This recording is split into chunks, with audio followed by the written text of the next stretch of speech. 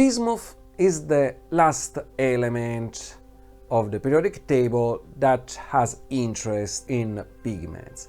Bismuth 83. Its X-ray lines are L lines, of course, the K lines are too strong. So we have 10.8, 13, 15.2 and we have 2.4. These are the lines, so L alpha, L beta, L gamma and M alpha 2.4 over here.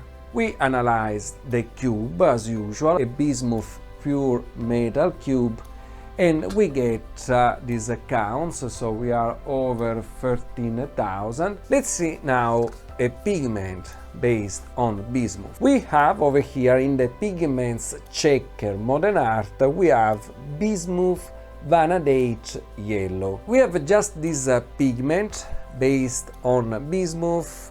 In the past, bismuth was not used, and bismuth is an element that is going to have some increasing interest in pigments manufacturing, so we are talking about contemporary art, because bismuth is a heavy element, so we can get nice colors like with lead, that is 82, but bismuth is non-toxic, is environmentally friendly. So there are going to be in the future more pigments based on bismuth.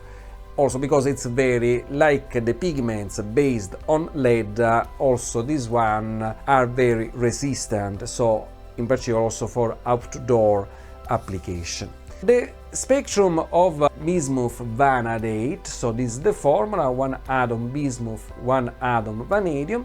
Of course, we see the L alpha, L beta and L gamma of vanadium, and then over here at 4.9 we have the K alpha of vanadium, and this one is the peak, the L alpha of bismuth.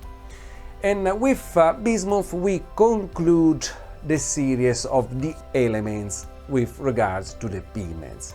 There are no other elements used in art over 83.